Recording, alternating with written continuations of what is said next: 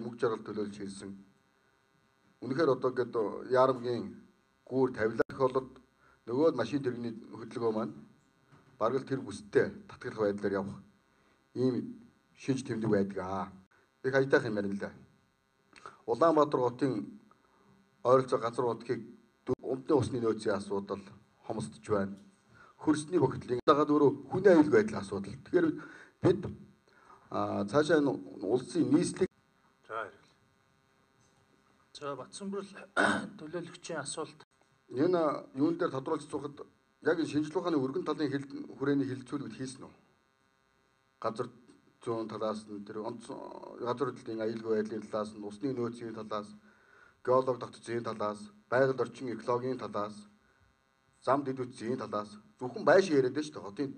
Хотын хэдэн хүн суух байшин гэдэг тухай яриад байдаг. Тэгээд суурьшлийн хүмүүсийн талаас, хүн амжиргаа худалдаа үйлчлэгээний талаас нь өргөн хилцүүлэг хийсэн үү? Хилцүүлэг хийх үе шатыг та бүхэн би түрүүн танилцуулсан. Судалгаа, нэгдүгээр судалгаа, хоёрт нь байршил, гуравт нь концепц, дөрөвт нь яг энэ одоо барилгачлалтын төлөвлөлтийн ажил бол хийгднэ. Одоо бол яг хуулийнхаа хүрээнд хот байгуулалт ерөнхий хөдөлгөөний газрынхан болон бусад одоо мэргэжлийн байгууллагуудын урьдчилсан төсөөллөө та бүхэн танилцуулж байгаа. Тэгээд судлах засгийн газар танилцуулсан дээр нь засгийн газраас өгсөн үүргийн дагуу албан ёсоор бас нийслэлийнхаа иргэдийн төлөөлөгчдийн хурал буюу нийслэлийн удирдлагын одоо бас нэг баг танилцуулж энэ асуудлаа албажуулж авч байгаа ийм л төсөөллийн танилцуулга. Ер нь бол барилгын ажлуудыг эхлүүлээд 20 онд шинэ газараа орж ажиллана гэсэн би нэг юм сонсч байсан. Гэхдээ тэр бидний одоо яг 698 га газараас одоо миний ойлгосноор бүх газрууд бол аж ахуйн нэгж байгууллага иргэд дээр очсон байна. Тэгэхээр бид нар нэг газрыг сонгож аваад 698 га газараас 5 га газараа сонгож аваад бид хүн урилга өргүүлээд саналаа өгөөд танай газар дээр нийслэл явах гэж байгаа юм байна. Тэгээд хөл төлбөрийн тэр юмуд яах юм бэ?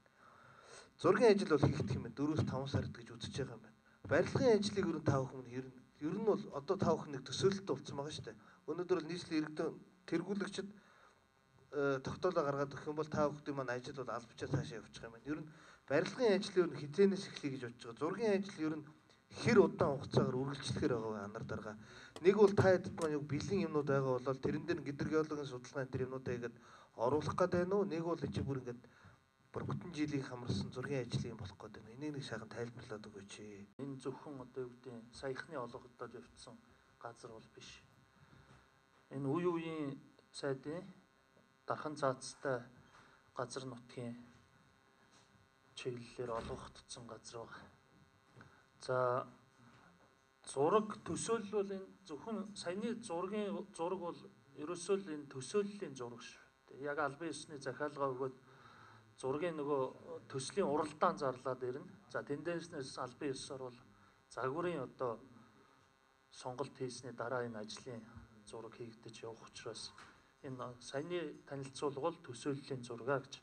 За хүр дүнг яагаад бид нар саяны нэг 7 орчим зүйл тодруулаад байна гэхээр бидний энэ хийж байгаа төсөл маань нийслэлийн засаг дарга бөгөөд Улаанбаатар хотын захирагчийн 2016-аас 2020 он хүртэл үйл ажиллагааны хөтөлбөрт уялдж байгаа тэр одоо гол бодлого чиглэлүүдийг тодорхойлж өгсөн ийм одоо зүйлээ гэдгийг бол хэлмээр байгаа.